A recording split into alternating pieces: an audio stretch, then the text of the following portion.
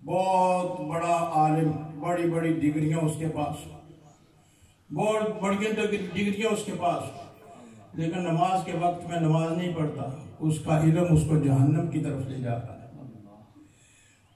उसके पास इल्म है, अमल ना होने की वजह से वो अपने माँ बाप का एहतराम नहीं कर सका। वो इल्म उसको जन्नत की तरफ नहीं ले जाएगा, वो माँ की और बाप की बददुआओं से जहन्नम की तरफ जाएगा। इल्म हो और अमल न हो तब भी बेकार, अमल हो और इल्म न हो तो फिर भी वो बेकार, इसलिए कि इल्म के बगैर तो बंदा कुछ कर ही नहीं सकता। मसलन एक शख्स को वुजू करने का पता ही नहीं, उसे पता नहीं कि वुजू के फर्ज कितने हैं, उसे ये पता नहीं कि गुस्ल के कितने फर्ज हैं, उसको ये पता नहीं कि नमाज के अंदर कितने फर्ज हैं। नमाज के अंदर जब अल्लाह अकबर बंदा कहता है तो ये फर्ज है पहला, इससे आगे 6 फर्ज और है। अगर उसको पता नहीं है तो वो जब बोलेगा तो उसे क्या पता सजदा साहब लाजम हुआ या नहीं हुआ। नमाज के वाजिबात का उसको इल्म नहीं। अब इल्म नहीं, नमाजें तो वो पढ़ता है लोगों को देखकर, लेकिन उसे पता नहीं कि पढ़ना क्या है। फिर भी बात वो जो है वो बराबर है। तो वो फरमाते हैं कि इल्म और उसके मुताबिक अमल ये नूरानी बात है, और अगर इल्म ना हो अमल हो तो ये जिहालत है। और अगर इल्म हो, इल्म के मुताबिक अमल हो तो ये तकवा और परहेजगारी है। एक शख्स अगर मसलन कोई बहुत बड़ा आलिम, बहुत बड़ा हाफिज, बहुत बड़ा कारी, ये अरब का सबसे बड़ा मशहूर कारी है जो पिछली सदी में गुजरा, वो कारी अब्दुल बासित था, लेकिन उसका अमल शरीयत के मुताबिक नहीं था। यानी उसने दाढ़ी नहीं रखी हुई थी, बिल्कुल क्लीन शेव था, कभी उसने इमामत नहीं की। कभी किसी ने सुना कि उसने कहीं इमामत की हो, मस्जिद नबवी में की हो या बैतुल्लाह में की हो? नहीं, उसने इमामत नहीं। क्यों?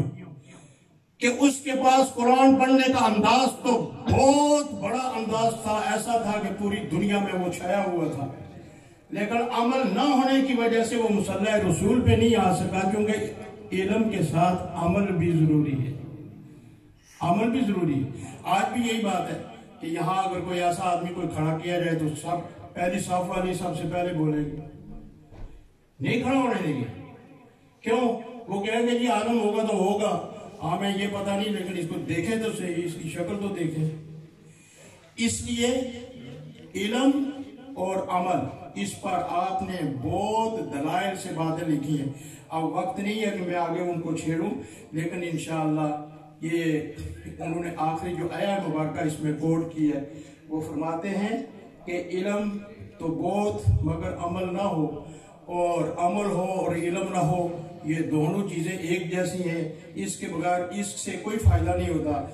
और दलील दी कि नाबाज़ा फरीकुम मिनल लज़ीना ऊतुल किताब, कि जिन लोगों को किताब का इल्म दिया गया था उन्होंने किताब के इल्म को छोड़ दिया। किताब अल्लाह वराइहिम, और उन्होंने अल्लाह की किताब को पीछे फेंक दिया। यानी कुरान के मुताबिक उन्होंने फैसले नहीं किए, अल्लाह के हदीस और अल्लाह के रसूल सल्लल्लाहु अलैहि वसल्लम की अहादीस के मुताबिक उन्होंने फैसले नहीं किए। अपनी जिंदगियों को उन्होंने कुरान और सुन्नत के मुताबिक नहीं बनाया। कअन्नहुम ला यालमून, अल्लाह ताला फरमाते हैं कि वो फिर ये समझो कि उनके पास तो सिरे से इल्म है ही नहीं। यानी जो कुछ मैंने उनके पास भेजा था, जो मैंने नाज़िल किया था, वो तो उन्होंने इख्तियार ही नहीं किया। जब उस इल्म को छोड़ दिया, उसके मुताबिक उस इल्म को छोड़ दिया, अमल को छोड़ दिया, तो फिर वो यूं समझो जैसे वो बिल्कुल जाहिल है। उन्होंने कुछ सीखा ही नहीं, उन्होंने कुछ पढ़ा ही नहीं, और ना ही उन्होंने कोई चीज इख्तियार की। अल्लाह तबारक व तआला हमें तौफीक अता फरमाए।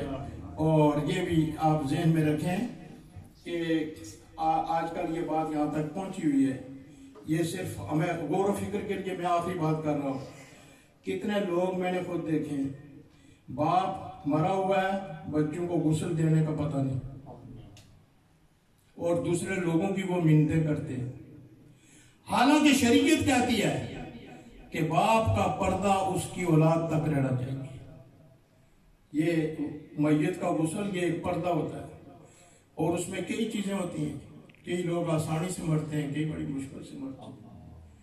तो फिर अपनी औलाद तो पर्दा रख सकती है, लेकिन दूसरे लोग तो पर्दा नहीं रख सकते। इसलिए इल्म है। और इंसान इस दुनिया पर जो हुक्मरान बना, हर चीज अल्लाह ताला ने इसके सुपुर्द कर दिया, ताकि जमीन भी, लेकिन इतने मुरब्बे मेरे, क्योंकि ये इंसान है। और अगर इंसान को इन सारी चीजों पर उबूर ना हो, इल्म ना हो, तो फिर वो इंसान क्या, वो उसी हैवान की तरह है जो सिर्फ अपने खाने पीने के बारे में जानता है कि किस फसल में जाना है, कहाँ से पानी पीना है, कहाँ ये रहना है। इससे ज्यादा कुछ भी नहीं। अल्लाह तबारक व तआला हमें कुरान का सच्चा और पक्का इल्म नसीब फरमाए। ये वक्त हो गया है, सुनते हैं।